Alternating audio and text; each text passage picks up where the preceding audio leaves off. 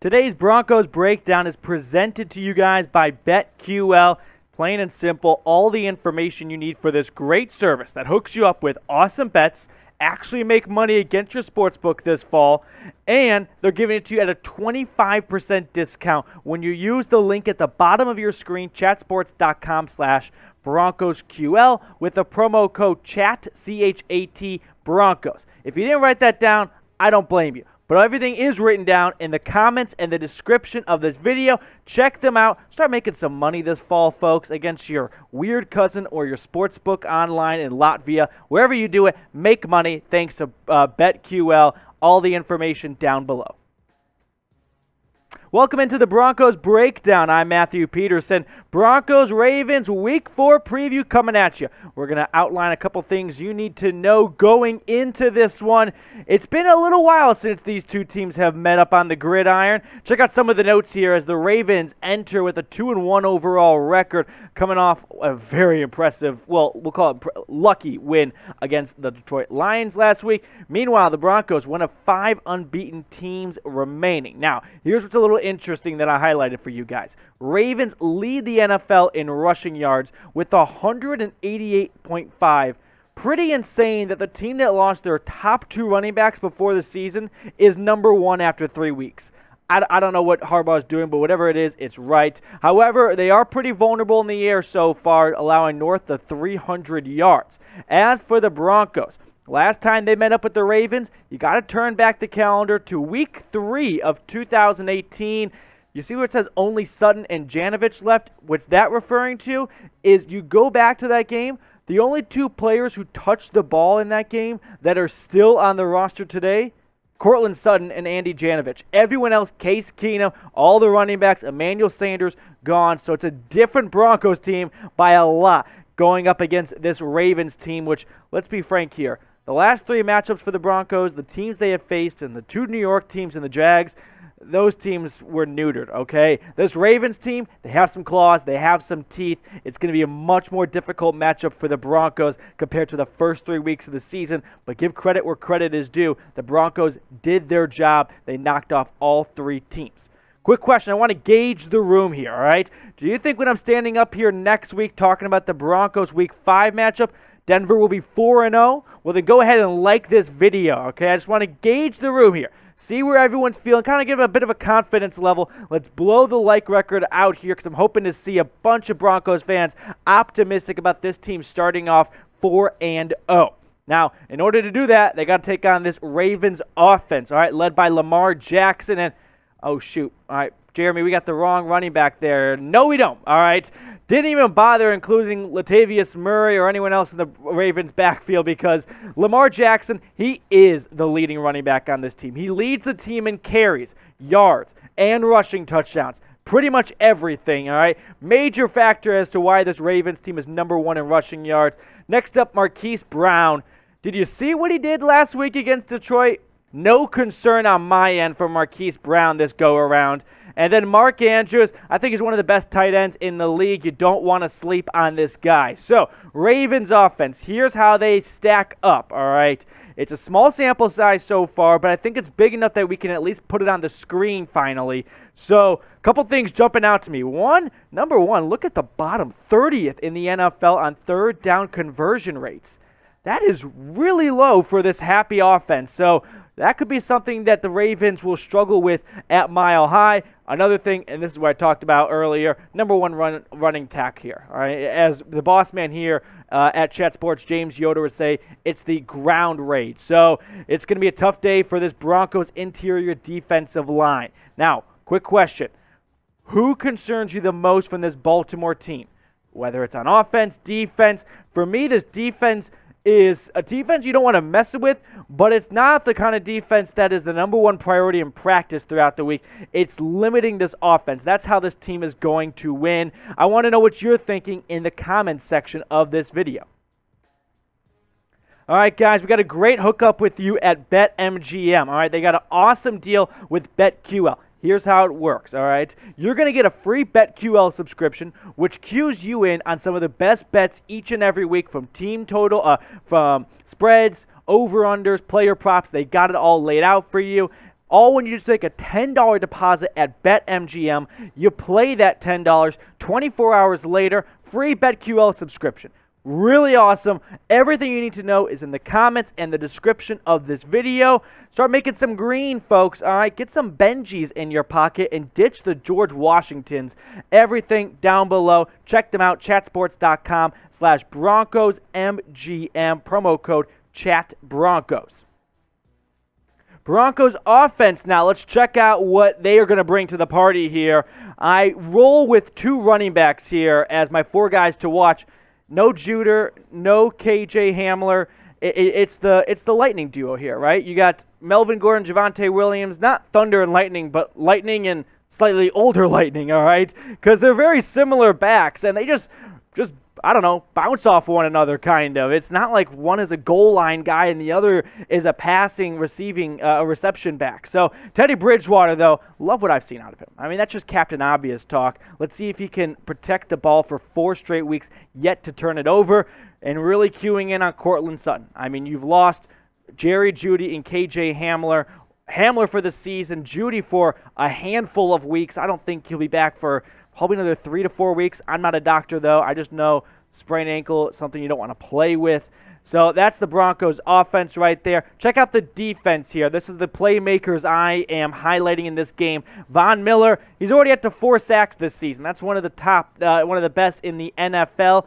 Comeback player of the year? I don't know. You said it, not me. Shelby Harris, highlighting him because this Ravens team loves to run the football.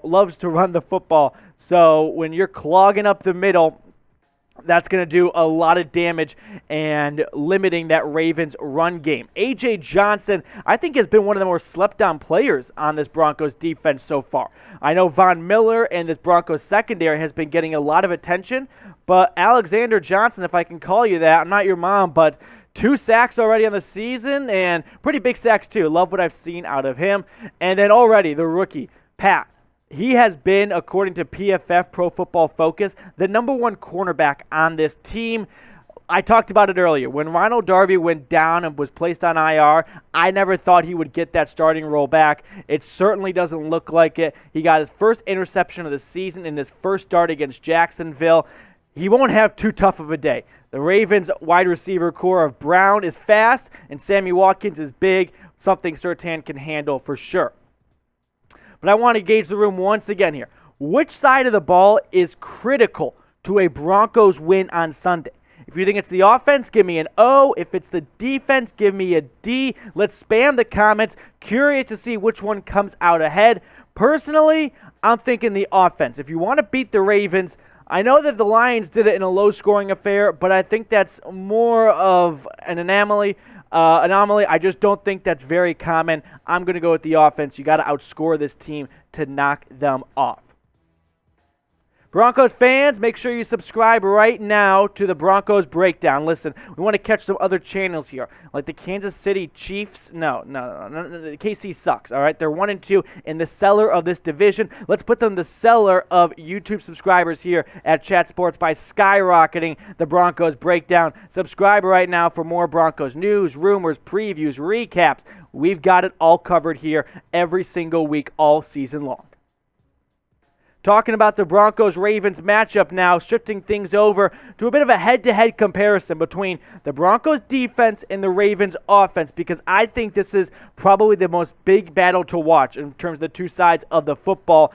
It's oil and water here. Look at this, all right? The Broncos letting just 221 yards per game. Now, granted, this comes against quarterbacks like Daniel Jones, rookies Trevor Lawrence and Zach Wilson. So it's probably going to balloon up a little bit, but still, it is fire and ice difference between the Ravens offense, which is putting up 425 yards per game, All right, now what I think is the sexiest thing on this screen right now, it's that Broncos TD to turnover ratio. Just 2 touchdowns allowed. It helps when you pitch a shutout against the Jets in Week 3, and 5 turnovers forced. Meanwhile, the Ravens, they have been a little loosey-goosey with that football. 5 turnovers already through 3 weeks. You know Harbaugh will be harping on that in practice going up against this ball-hungry Broncos defense.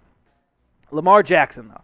I hate to make the show about him, but he kind of steals the spotlight when he does things like Lamar does, like converting a 4th and 19 at Detroit to set up Justin Tucker for the game-winning field goal. Got his numbers over there. I had to squeeze in the rushing numbers because that is such a crucial part of his game.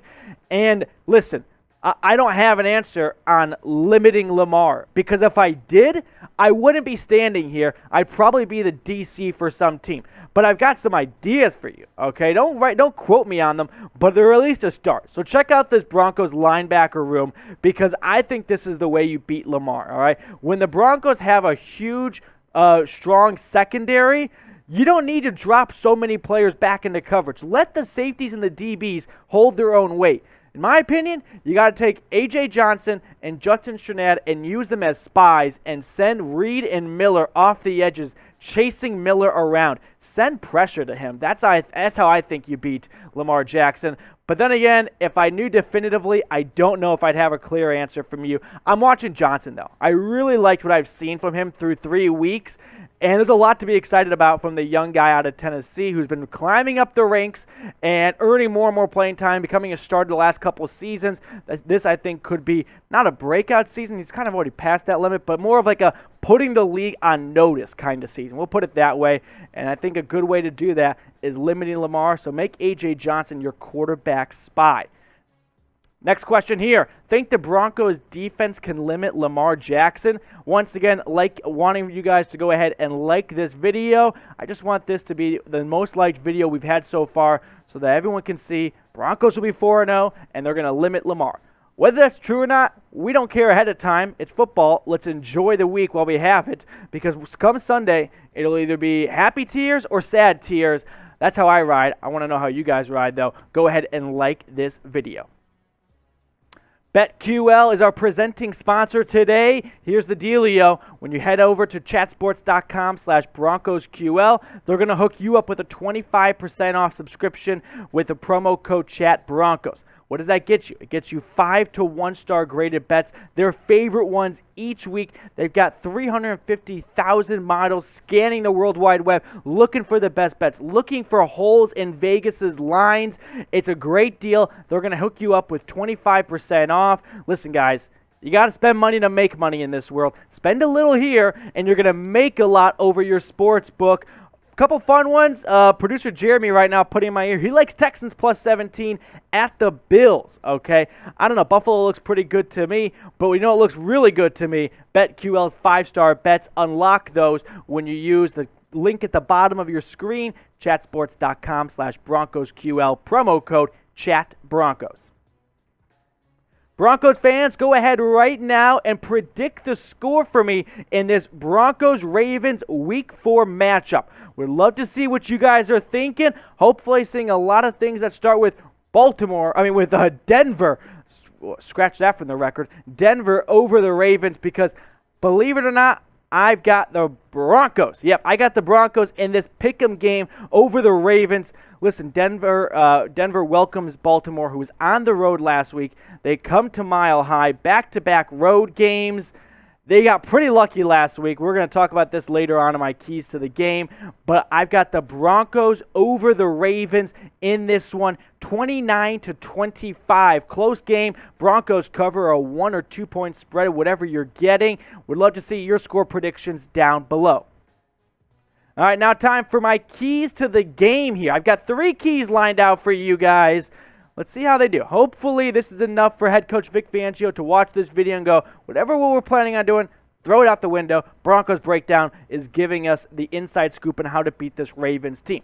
Key number 1, pressure Lamar Jackson, okay? Talked about it earlier on in the video. You've got a really good secondary, okay? Top-notch corners, top-notch safeties. You don't need to help them out. Leave them on an island. And what's that going to do? It's going to free up your linebackers to chase after Lamar. Hold him in the pocket, okay? But when you drop back in coverage, you're allowing Lamar to float around, extend plays, and that's where he gets you. So leave the DBs on an island and force Lamar to deal with the pressure at his face. Key number 2, air it out, Teddy. I mean, Teddy two gloves. Teddy covers, okay? Talking about some great bets to make. The Broncos covered in weeks 1, 2, and 3, if I remember correctly. So, listen, Bridgewater, this is a bad Raven secondary. Abuse it, okay? Attack Cortland Sutton. Go deep with it, all right? No KJ Hamler, unfortunately. No Jerry Jeudy. Sutton, Patrick, Deontay Spencer. Time for you guys to step up and stretch this field north and south. Bridgewater's been doing it all season long. Don't stop now. Now, probably my most important key to the game. For the love of God, please lock Justin Tucker in a bathroom. Throw the key off the side of the stadium and don't let him near the field. Take his helmet away. Give him the wrong schedule if you have to. He just made a 66-yarder on the road to win the game. I've always wondered, what would his trade value be? Probably a lot. So please, do not let the game fall into his hands. It's kind of like Rodgers in the fourth quarter, except it's with a freaking kicker. Don't let Justin Tucker decide this game. Lock him in the bathroom. I don't care. Put him in a porta potty and kick it down. Whatever you got to do, keep him away from the field for everything if you want to win this game. Is that an overreaction? Absolutely not. Keep him away from the game. That is my third and final key to a Broncos win against the Ravens.